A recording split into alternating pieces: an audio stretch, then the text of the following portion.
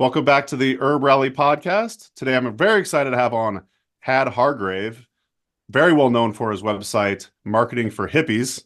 You're in the right place, Tad. We got an audience full of hippies. Welcome to the show. Thank you. Good to be here. Absolutely. Yeah. Smoking herbal blends. We need some Mullen and some Kush, my brethren. While listening to HerbRally Podcast again. Herbalism at its finest with Mason Hutchinson. Yeah. Well, I like to start things off by just getting to know you a little bit more. You know, pre-show, I was listening to a lot of different podcast episodes with you featured in it, but perhaps some of the HerbRally audience doesn't know who you are yet. So give us a bit of background. Were you a hippie? How'd you become a hippie? And then how'd you get into this whole marketing thing? Well, I suppose my hippie cred begins with my mom being a homeopathic medicine dealer. Okay. Dealer. Distributor, whatever, in Edmonton. And went to Waldorf school, so grade 6, arts high school. And so, yeah, there's that sort of hippie background for me. And then I got into marketing and sales, worked for a franchise of Tony Robbins, doing sales. And wow. It was, I learned some wonderful stuff, but a lot of terrible, pushy stuff. And then had to spend about a decade unpacking that and trying to figure out what had happened there and why was that stuff so seductive and why didn't it work, and why did it feel so terrible, and was there any other way to do it? And from those wranglings, Marketing for Hippies was born. There you go. Yeah, I was trying to think of the word, you know, when you have two different words that seem kind of juxtaposed next to each other, they seem kind of awkward. Is that kind of an oxymoron, Marketing for Hippies? It is. Yeah, that was a joke that I would say. People, my business, I used to call it Radical Business. The website was just tadhargrave.com, and people would say, "What do you do?" And I would joke, I said, "Marketing for Hippies." And it was a throwaway line. But then one day I just thought, I wonder if that URL is available. And it was. And so I've rolled with that ever since. Boom. So just to give you a little bit about my background, I too was a hardcore hippie, I would say. And eventually I got a job in a marketing department for a company called, maybe you've heard of it, Mountain Rose Herbs. And then I kind of grew to love, so they would sell organic herb spices and teas in Oregon. And then I began to really love their approach to marketing because it didn't feel salesy. It didn't feel pushy. It felt just natural and fluid. And that's kind of the way I was brought up in the marketing world. I was actually subscribed to your newsletter all those years ago and knew who you were and everything. And I just really love and appreciate your approach. And that's why I think the HerbRally audience, the herbalist community, can really benefit from what you teach, because marketing doesn't have to be sleazy. So just to kind of kick things off, why do you think hippies such as ourselves have such an aversion to the word marketing, business, profit, etc.? Well, because it's, the overall system, I don't know what you call it, this kind of cartel capitalism. I think that's one. It's just easy to see what it's doing to the world. Yeah. It's not that I hold communism in some higher regard. I don't. But this machine, call it what you will, but known as capitalism, is doing what it's doing. And that's, I think, fairly obvious to people. I think the other reason is we've all been on the receiving end of marketing that feels terrible. And maybe we have some analysis of how marketing often works by not just playing on insecurities, but manufacturing those insecurities out of nothing. And then selling us products, crippling us and then selling us the crutches. And we've been lied to by salespeople.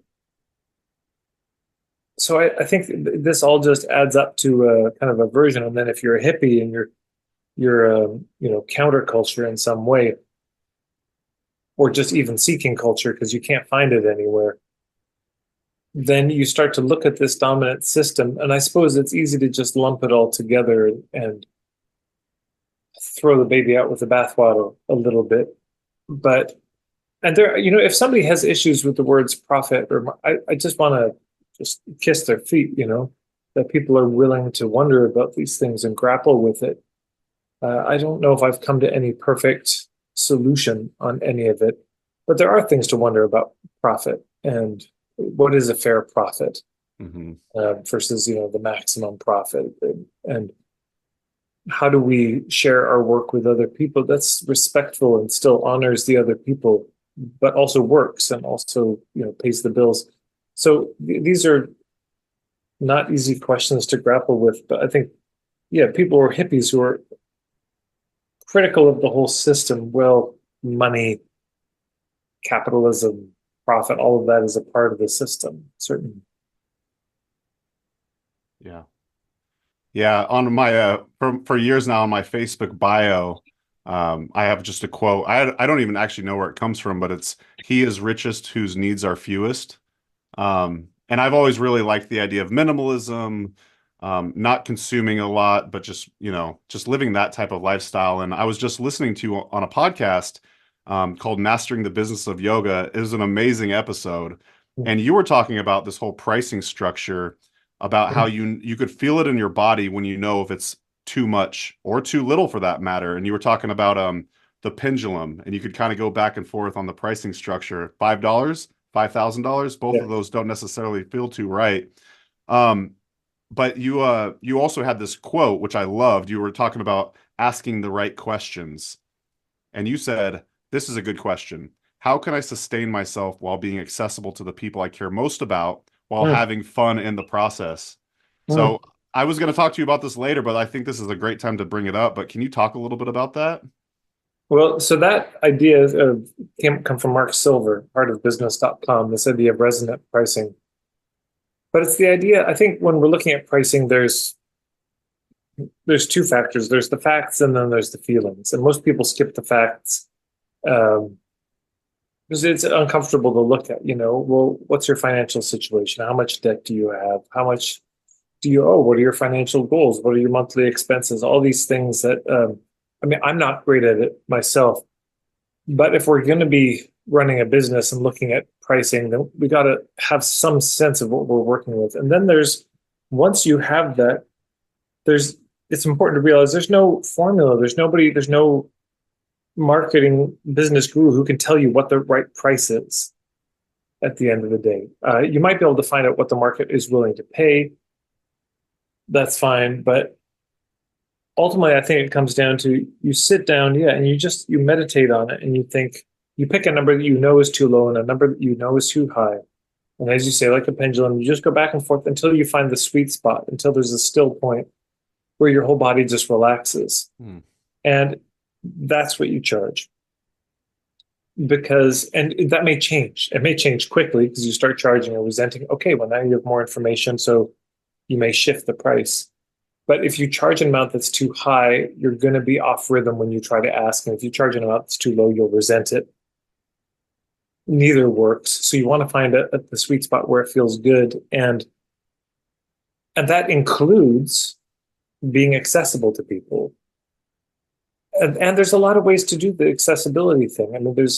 Yes, you can charge a lower price, but you could also charge a high price for some, give scholarships for other people. You can do a pay what you can, or a sliding scale, or do it on a gift basis. There's a lot of different ways that you can make your work accessible. But at the end of the day, that question of how do you sustain yourself, be accessible, and have a good time, comes down to this. It's just got to feel good. Which is, I suppose, the sort of main tagline of my work is that marketing can feel good.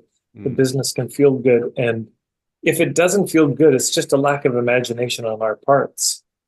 There are ways we can do this where it feels good to us because we're being sustained. It can feel good to others because they're getting access to something that's meaningful. And we can have a good time in the process. So it feels good like that too. That's what I would say. Yeah, so many good points. You were talking also about something, how if you have a relationship with somebody and it's a good one over the course of time, you're not really keeping track of who gives, who takes. It's just this beautiful, ongoing, giving, loving, nourishing relationship. And you gave an example of a friend of yours no longer was friends with someone, and then they started to recall all of these situations where, oh, they owe me this, or oh, I gave them that, and that kind of thing. And I feel like the way that we should market as a business is giving without expectation, period. Like that's the way we try to run it here at HerbRally, right? Like you just want to give, and you want to love on your community. That's kind of how I see it, and it sounds like that's the way you see it. Yeah, I would give the one proviso, which is George Cow, a colleague of mine, it said, be generous with your content, but be stingy with your time. I like that. In that, there's I don't know, there's the online information, and that's easy to give. That's not so hard. You can give your perspective and, you know, share all your ideas in your podcast. And it's not that any of that necessarily needs to be held back. Sure. But when it comes to our time, I do see a lot of hippie entrepreneurs tend to be kind of in the collapsed artist domain. You know, they tend to make themselves very small, and they're driven by their creativity. And that's what they give is their personal time. And then they burn out. You know, there's nothing left at the end of that. So it's easy to overgive. It's easy to just not say no. And I think as hippies, we tend to have a hard time saying no in a lot of ways. We have a hard time with limits, and we just want to, be loving and give. Well, figure out how you can do it in a way that's sustainable for you would be the thing is, and that's probably not going to be that you do work for free for everybody all the time. But that maybe, you know, this idea, like there's the kind of gold, silver, bronze levels of things, and the higher levels is probably where they're paying you one-on-one for your work, and then the medium level is the group programs, and then the lower level might be more DIY programs. And this is another way you can be accessible, is you create all these DIY things or group programs so that people who can't afford the one-on-one can still get access to help. And you can be generous with that. You can just, you know, give away the DIY stuff to whoever you want to give it to and be generous in that way. But I remember, you know, a colleague of mine, Suzanne Kohlberg, rather, and she just made the point, how many entrepreneurs fail because they overgive. They fail because they're giving so much to other people. And it's not that they don't know what to do to grow their business. They know exactly what they need to do, but they never have time for it, because not just in business. Oh, well, my kids need help with this, and my friend needs help with this, and this person's going through a hard time, which is beautiful, but it becomes a syndrome. You know, it becomes a way of avoiding. It becomes something chronic, and then you got nothing left for your own life, your own business. And remember, I did a video, I said, you know, here's the real secret to making more money. And it's a bitter pill to swallow. And of course, it's more complicated. There's institutional forces and that make it very hard for certain communities to get ahead. And within all of that, given all of that, to me, what it comes down to is, if you want to make more money, given all the limits you might have, you have to make it a priority. If you want to have a profitable business, that actually has to be a priority. And for so many people, just everybody else's needs are the priority, and their needs to actually save money, pay off their debt, have a somewhat profitable business. If they're really honest with themselves, it's one of the lowest priorities in their life. Literally everything else comes first, which is fine. I mean, there's no moral issue. There's no marketing hell people are going to burn in for not prioritizing their business. But, you know, as the old adage goes, we're not punished for our sins, we're punished by them. And we will struggle always. And there's one of my favorite questions to ask people is just, do you want to have a business or do you want to have a hobby? Because those are two different things. And if you want it to be a business, it has to move up fairly significantly in the priorities, which means saying no to things.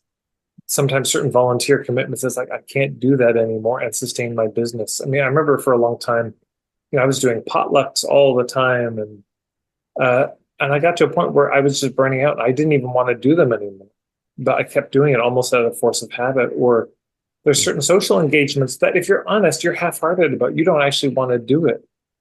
There may be certain friendships where it's like, man, that has run its course. And if you're really lit up by your business, then the space has to be carved out in your schedule for you to be investing time and more time than people think, of course. So. Just a quick break from the show to let you know about the HerbRally events page. Did you know that we add new herbalism events from all over the United States and the world for that matter on an almost daily basis? You can peruse herbalism events at HerbRally.com/events and hopefully find something in your neck of the woods. You can also search by state to make it even easier to find a plant walk, conference, or class near you. And we also list virtual herbalism events as well. Check those out at HerbRally.com/virtual. And again, for the in-person events, go to HerbRally.com/events. All right, back to the show. Sometimes those truths they almost seem too obvious, but people don't give enough weight to it. I love that. I love that you're saying it has to be a priority. Well, yeah, but you're right. Like a lot of us just kind of brush it to the side like it is just a hobby. And, HerbRally started out as a hobby. And then it wasn't until I set an actual goal. I said, I want HerbRally to be a profitable business to support our lifestyle in 10 years. I gave myself a 10-year goal. That was allowed us to make slow and steady moves without feeling rushed or being sketchy or this or that. And that's what I always tell folks. I'm like, yeah, have the intention to make it a profitable business, but go at your own speed, have a side job or a day job during during that. So. Yeah, absolutely. It's a mistake I see a lot of people make is they jump in too soon. I mean, most of us at our age, we've got friends in the restaurant industry who own a restaurant or something. And you look at them like they're mad and insane for doing what they're doing. Yeah. But they get like bridge financing for 3 years. They know they're not going to be profitable for 3 years.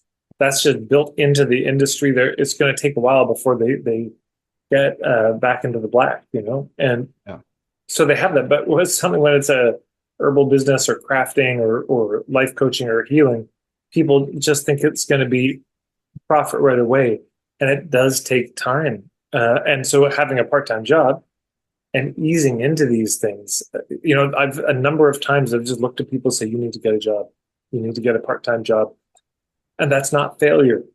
The failure is you burn yourself out so completely you'll never come back at it. It's just slowing down or readjusting your strategy and timing. Like you say, okay, I'll give myself 10 years.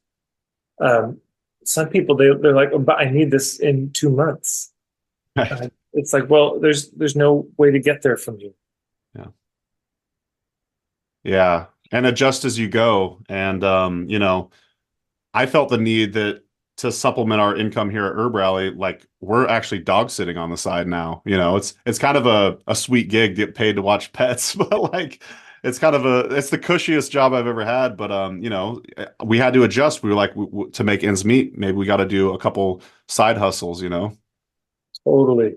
Yeah, and this is the business model question is, it's okay, well, does this model work? Does this generate the kind of income we need? And if not, as you say, make our needs few. Can we drop expenses? Do we need all these things that we have?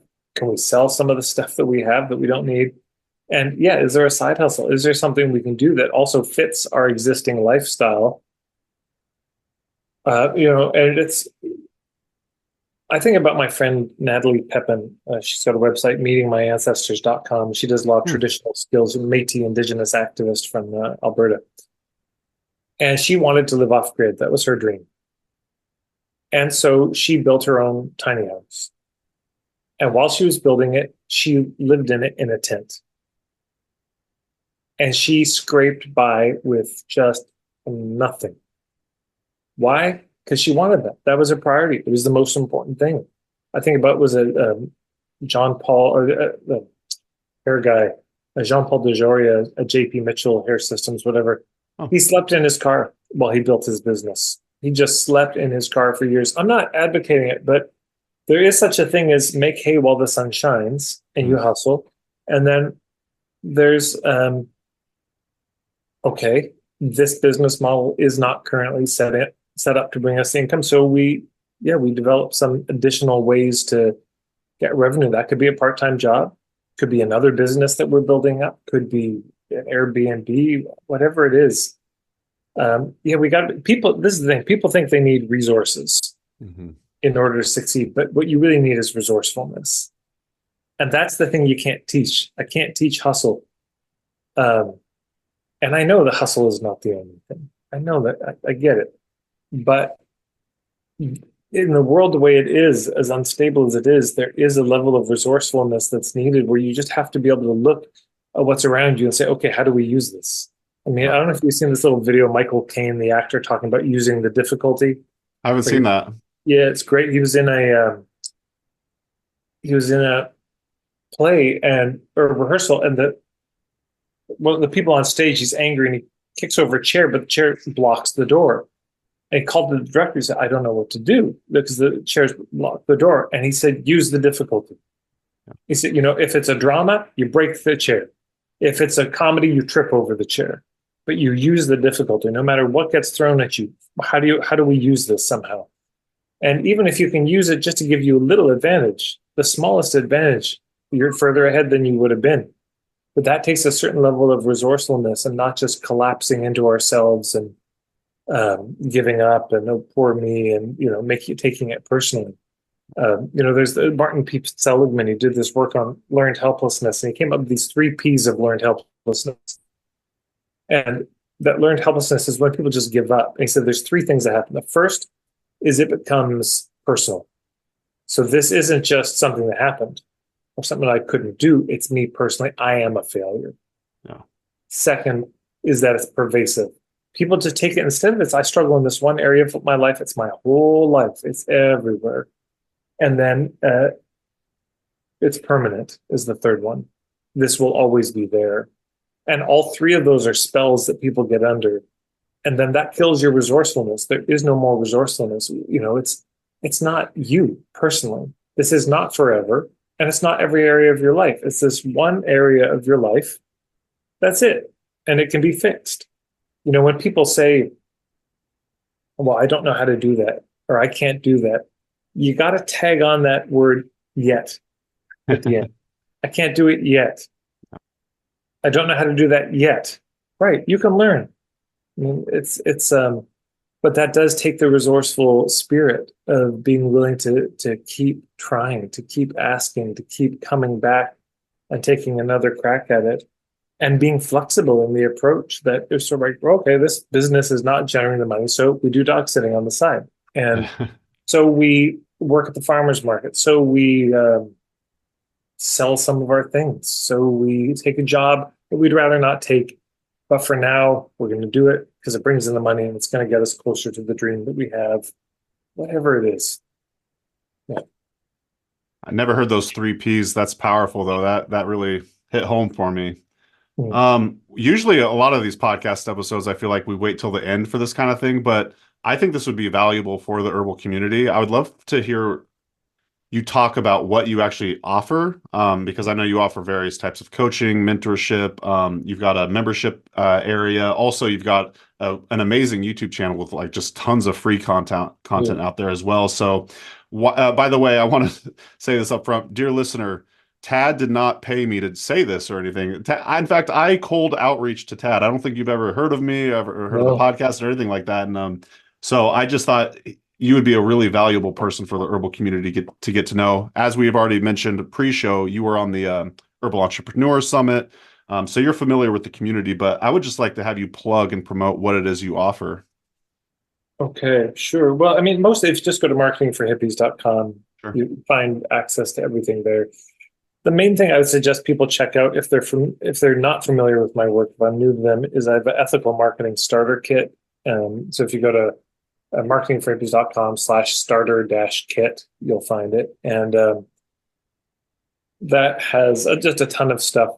So the full recording of my day-long workshop, it's distilled down to 2.5 hours of footage, plus a bunch of bonus stuff. And I'm going to be adding a few more things to it over the next little while, just to help people understand if my approach or my work is a fit. And I think that's probably the main thing to check out. I do have a membership. If people are interested, they can look at marketingforhippies.com/membership. But if you're new, I would ask that you don't join the membership right away. Check out my stuff. Just no point in joining if it's not a fit for either of us. So that's my plug. That's great. Yeah, it sounds like a lot of like your mission, well, not mission, but the thesis of a lot of your work is around your niche. And like you said, if it's not a good fit for them or vice versa, that would not be your ideal client anyways. No. That's called a nightmare. Yeah, exactly. Well, I would love to chat a little bit about your philosophy on marketing. And I want to say you coined this term, perhaps you didn't, but there's this concept called point of view marketing, which again, dear listener, check out Tad's YouTube channel. You have full playlists, multiple playlists on this concept with lots of videos inside. So maybe you could share, like, say, the island boat metaphor and what overall point of view marketing is. Sure. I don't know if I coined it. The first time I came across it was a woman, Lois Kelly, who wrote the foreword to my book, Point of View Marketing. And I don't know if she called it that, but she talked about point of view in the context of word of mouth marketing. And it was one of those things that when I read it, I thought, how is everybody not talking about this? And so there's that. Then a colleague of mine, Bill Barron, he had this metaphor that I loved, where he talks about your ideal client, if you imagine they're on island A and they want to be on island B. So island A is some pain that they're in. They got symptoms they don't like. They want to be on island B where there's some result that they're craving. And your business is like a boat that could take them from one island to another. And I was teaching that one time, gosh, I can't remember where, maybe Toronto, but Kitchener, Windsor. But somebody said, what I love about that metaphor is that there's a lot of ways to get from island A to B. He was expanding on the metaphor. I looked at it and I thought, that's a really true thing. You know, if you are unhealthy and you want to be healthy and the boat is being a nutritionist, well, then there's Ayurvedic, macrobiotic, vegan, raw vegan, keto, paleo, et cetera. It's carnivore, et cetera. So there's a lot of different approaches to the same boat, to building a boat. There's a lot of different approaches to making a journey. And I realized that this was so much of why we buy from people is because we really like their approach to the work. It's not so much marketing is just, hey, do you have this problem? Then here's a guarantee and buy. But the challenge is then, of course, you can get clients that are really not fit. They don't really understand what the work is. Or if you have a product, they don't understand everything that's gone into the product. They don't understand the process by which it was made and the philosophy which guided it. So I just became convinced increasingly over the years that, well, here's an example. If you imagine there's a workshop and it's on a topic that you're struggling with. So, for all the listeners, think about some issue that's really hot button for you right now. It's very painful. And I say, there's a workshop in your town tonight on that issue with the best person I could recommend. And you say, okay, I like what Tad had to say. I'll check it out. And you go, and sure enough, you walk there and there's the poster on the door, and it's exactly, it just names your issue exactly as you're experiencing it. And you think, okay, well, this is relevant to me. I'm in the right room. Then the presenter gets up and they start sharing their approach or their philosophy to handling it. And it's fucking terrible. It's the worst workshop you've ever been. I mean, the point of view is asinine. It's easily disprovable. It's just so awful. But then at the end, when they do the pitch, it's a smooth pitch, man. It is well thought out. That offer has a very strong guarantee. And you're sitting there not buying. It doesn't matter how good that pitch is. You're not going to buy it. But if we flip it and say you go to the workshop and it's the best thing you've ever been to, and oh my God, they're making so much sense of your issue and you've never heard it so clear, and suddenly you see why you've been struggling for so long. And then the pitch is a bit of a shambles. They're not that clear and lucid. The truth is, if you were really hurting, you might still go up to them and say, hey, can I hire you? Do you work? If the pain was bad enough and the point of view was good enough. So now I'm not commending doing a terrible pitch. But what I am suggesting is people put the emphasis in the wrong place. They put it on the pitch and not the point of view. So if they don't buy the concept, they're not going to buy the course. If they don't buy the point of view. They're not buying the product.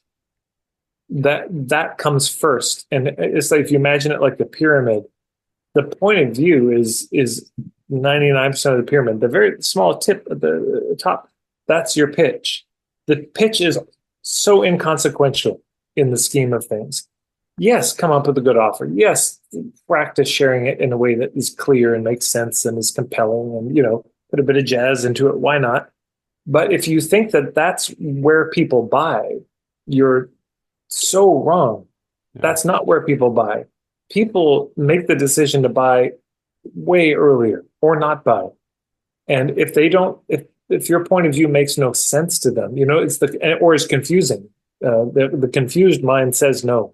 Nobody gets confused and then says, where do I sign up?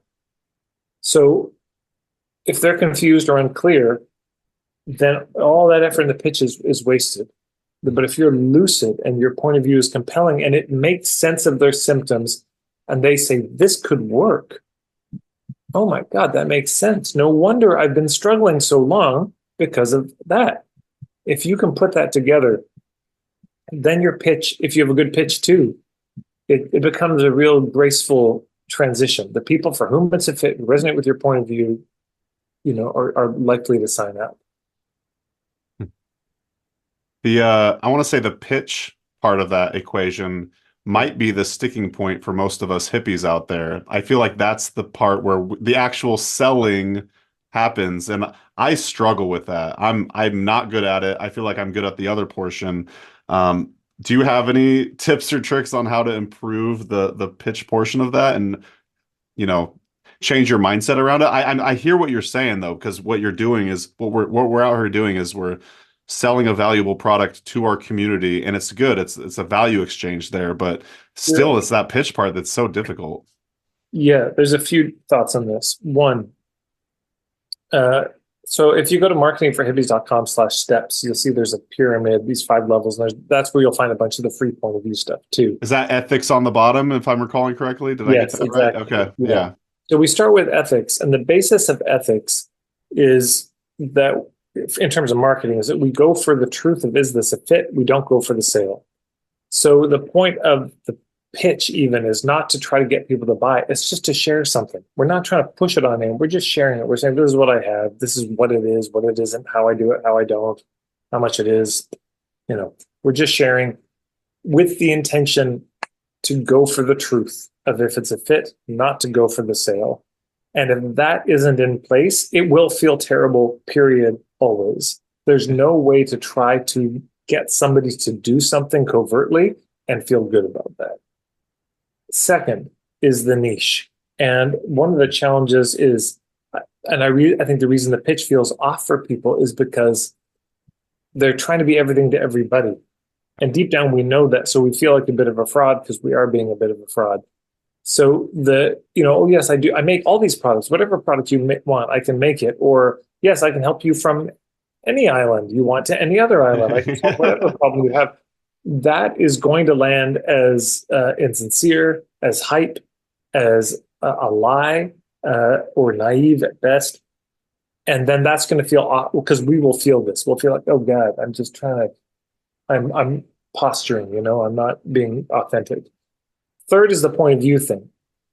If we don't make the case for the point of view, then we know we're speaking to a very cold audience who just has no idea why they would want to buy.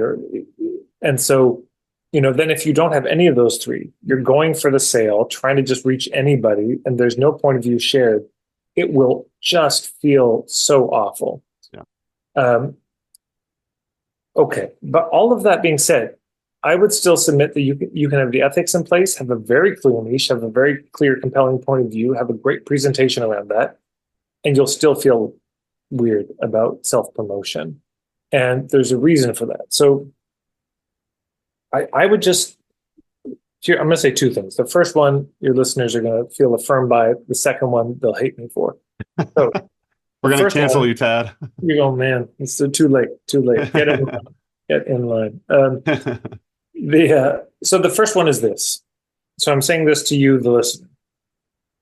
You are shitty at promoting yourself.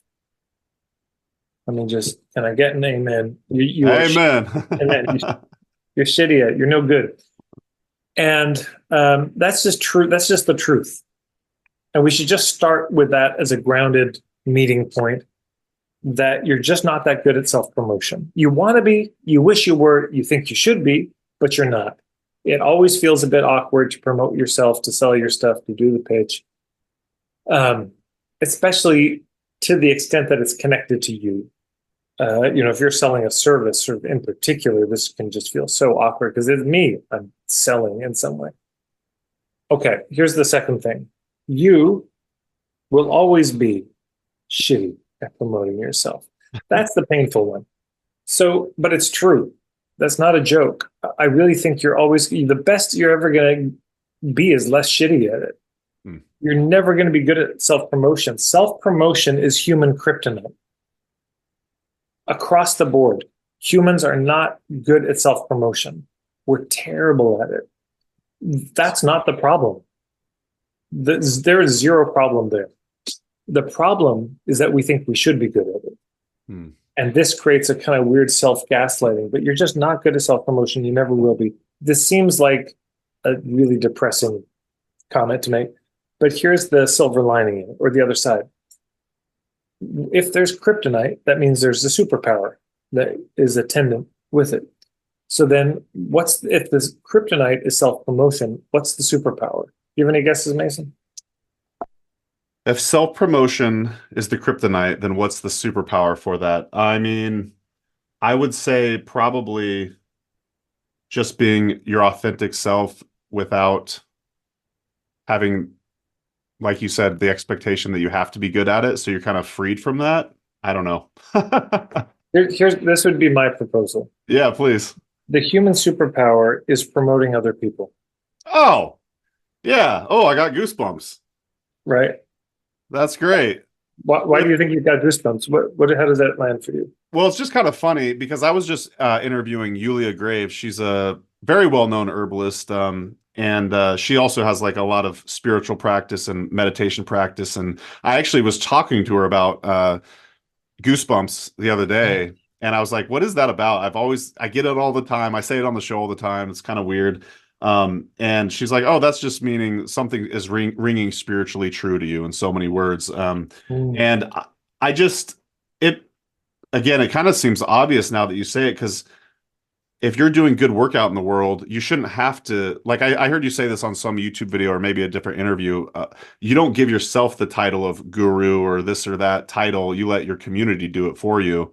And in fact, my herbal mentor, Howie Brownstein, says, when people ask him, when do you get to call yourself an herbalist? He says, it's when the community comes to you because they know you as an herbalist. Like, you're not out there, creating this like, oh, I'm this title or that title. It's the community.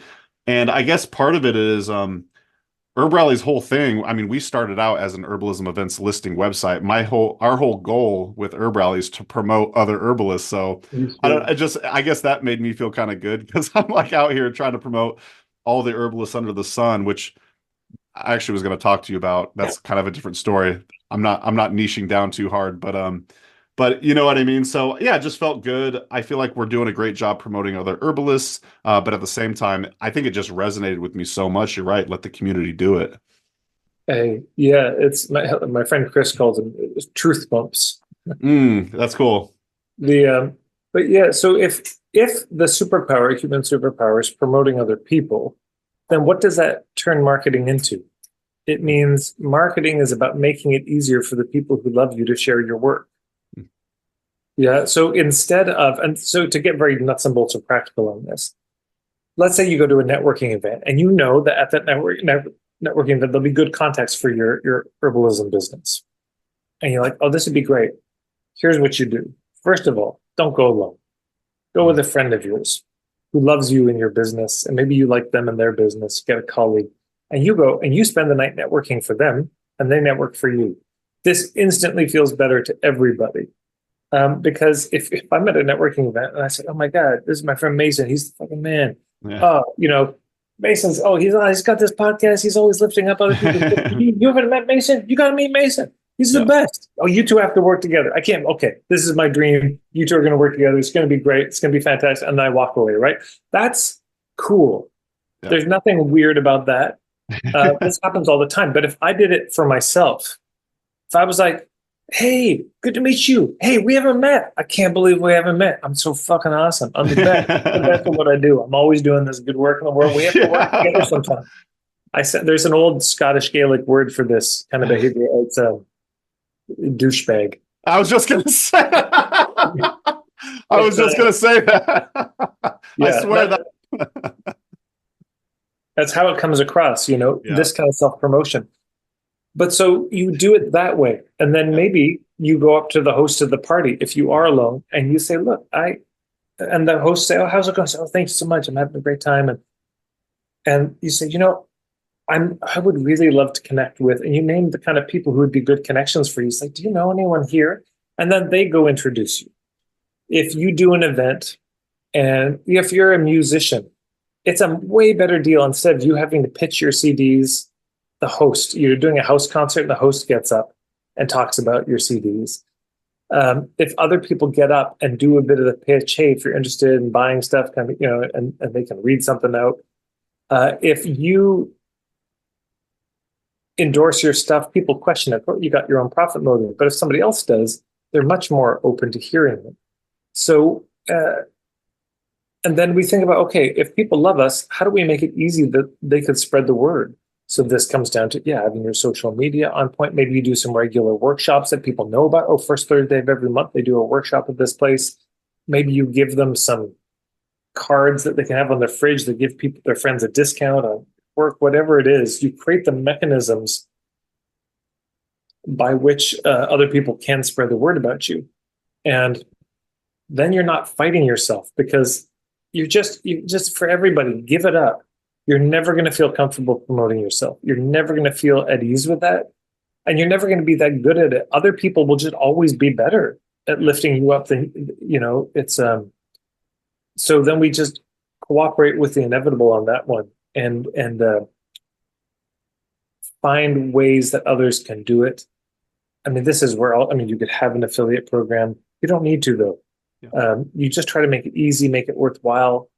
Make it fun for people to spread the word about you. Thank people when they spread the word. Here's another practical way to encourage this.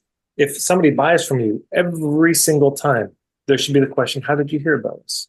And if you can get a name, actual specific name, you email that person or call them and thank them and say, hey, that person just bought because of you. Thank you so much.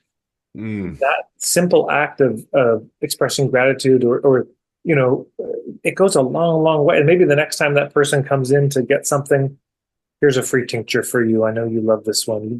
Go away. You've been spreading the word so well. And you take care of your people who are taking care of you. There's a lot of ways to do this. There's a series, I think it's under the point of view stuff on that steps page. There's some videos about word of mouth. Or on YouTube, I've got a word of mouth playlist. And you can check that out on different thoughts and structures on. Like here's another. This is one of my favorite word of mouth examples. So there's a guy, Alexander Ferry in Trenton, Ontario, and he makes these wooden steins. They're made out of cherry wood, and he's got the most non-toxic adhesive you could get.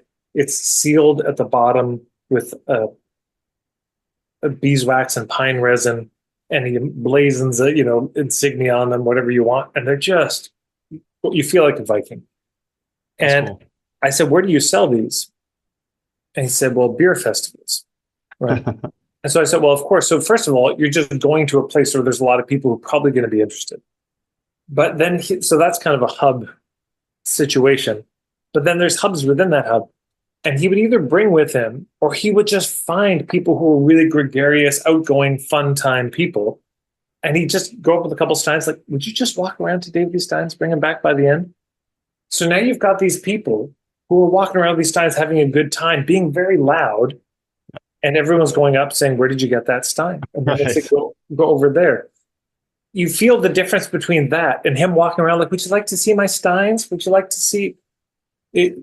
He's going to feel so intruding into people's conversations. He's going to feel so weird about the whole thing. Or he could just sit there lonely in the booth at the back where nobody's going. Or he could send his envoys out and they just walk around with those steins and they're visually noticeable. So there's all sorts of ways we can be doing this where we don't have to be the one doing the shameless plug and pitching and pushing. And this is also why, of course, have a good sales letter. have your copywriting down. So you just have to do it once and write it and make it clear, and people can go look at it.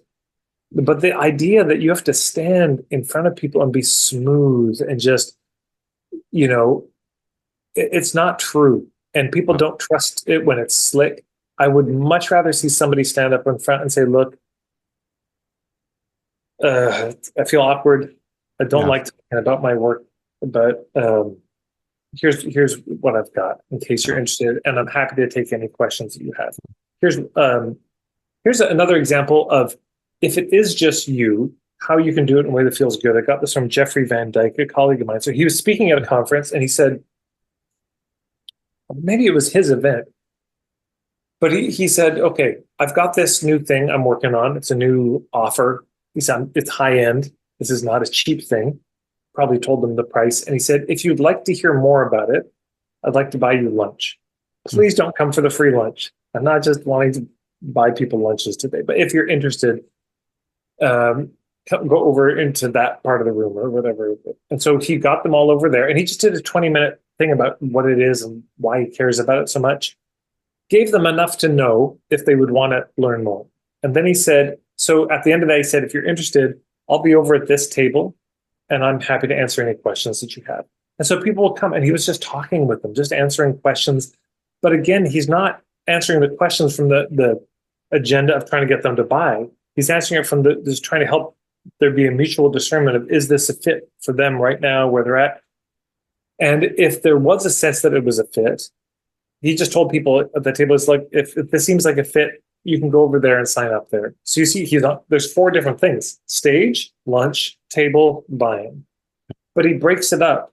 And so at no point was there ever this, you should sign up. Yeah. It's just, if you're interested, go here. If you're still interested, go here. If this seems like a good fit, you can go there. Marketing is not about convincing people to do things. That's just not the point of it. The point of marketing is to help establish if it's a fit. That's it, That brings to mind when I took a herbalism apprenticeship about 12 years ago at the Columbine School of Botanical Studies in Oregon. Before you get into the class, and this isn't even a marketing tactic, this is just a practical thing to decide if there's a good fit. We actually, with the 2 teachers, it's you and the 2 teachers, and you actually meet with them for 3 hours. And you talk about all the different things that are going to happen. Would you be okay in this certain situation? Would you be okay in that situation? Wow. And you're just feeling each other out. And they say it's equally an interview, you for them and them for you. And again, I don't think I know it wasn't like some sort of tactic. It's just really they want to, because you're going to be investing all this time and money. They want to make sure it's a good fit. Fantastic. Yeah, that's how it should be. Especially when it's a lot of money, a lot of time on both sides. Yeah. Because if you don't filter, you get drama, and they get disappointment. That's where that goes. Yeah. Other thing came to mind when you were talking. There's an herbalist. I don't want to name names or anything like that. It's a positive story, but you talk about niches and letting your marketing do the talk for you. And or I don't want to put words in your mouth, but basically this particular herbalist specialized in this particular, we'll call it a symptom. And I knew that. And someone reached out to me. They said, Mason, do you know any herbalists that specialize in this thing? And I'm immediately, this person came to mind. I sent them their way. And then as a thank you, like you were talking about sending thank yous and stuff like that, she sent me all these tinctures and awesome body care products and stuff like that. And now forever in my mind, I'm like, oh, I love you even more. Like I already really appreciated you and admired you, but like that was such a nice touch she didn't have to do that. I'll give you the opposite story of that. It was a marketer, Dan Kennedy, and he had an accountant, his bookkeeper, and he had referred this guy 12 of his clients, 12 high-paying, really good clients. And the accountant had never thanked him. And he said, I still use that bookkeeper because he's a great bookkeeper, and I will never refer him any more business. And he said, I know it's petty. Yeah. He's great. He said, I fully understand. This is an immature response, and I cannot bring myself to send any more business to the guy. What are you going to do? No, I don't blame him. I want to be respectful of your time. I was hoping maybe we could go over one more concept, if you don't mind. Cool. So in your multiple playlists on YouTube based around point of view marketing, you had a concept, tell me something I don't know. Oh yeah. I really liked that. For whatever reason, did you ever read the book Made to Stick by Chip and Dan Heath? I have not, but I think I have it in storage at home. I never read it though. Great book. In fact, I always say I read books. I actually listen to the audiobooks, but there you go. But there's a concept in it called the curse of knowledge. And basically, have you heard this concept before? Basically, it's when there was like a study done where they were telling people to tap a song with their finger, and then they would assume that the person listening to that person tapping the song would know exactly what it was, but that's because the person tapping already knows in their head. They're like, how do they not get it? But there's a lot of that stuff in daily life where you just go about living your life presuming people know what you're talking about, but you already have this life experience and built knowledge base. And so I was listening to you talk about tell me something I don't know. Then I was like, how do you kind of combine those two ideas? Like maybe it seems obvious to others, but I don't know if I'm making sense. But if you want to tell the audience what you meant by tell me something I don't know, and any comments on what I just said there. Yeah. Well, people have blind spots. So whenever somebody has some symptoms, they're experiencing a problem. It's not like they don't know anything. They see some reasons why they have it. There's some things that they see. And then there's the stuff they don't see. You know your car is making a certain noise. You know it's about the engine, and maybe that's where your knowledge stops.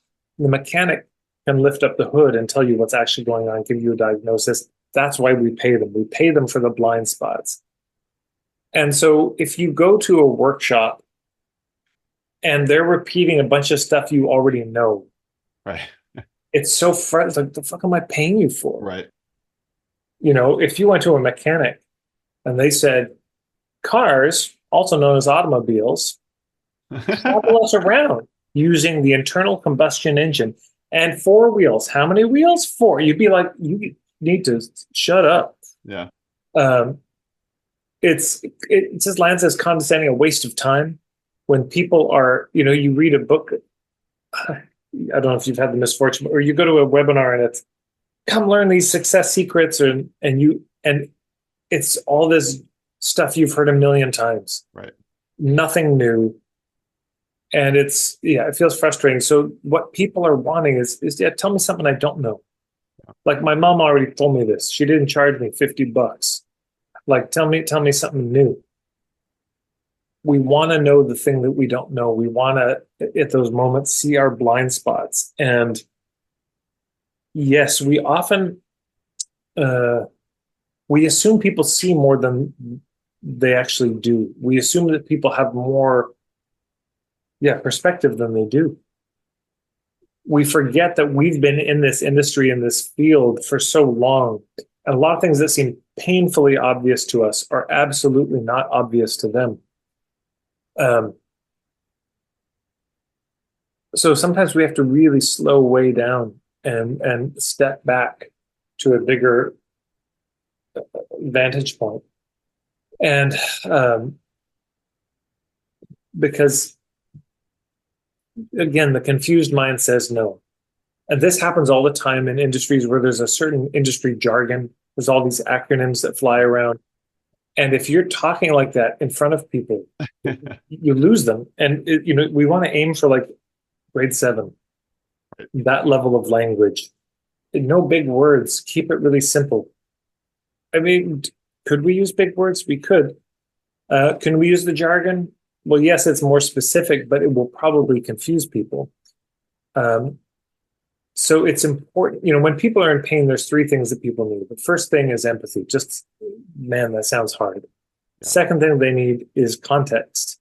And third is guidance. But the context piece is the thing, because suffering is terrible enough, but not knowing why you're suffering, that's terrible. That's the unbearable piece. So they're coming to us because they don't know why they're in pain. They don't know why they have these symptoms. And they want to hear the thing that they haven't heard before.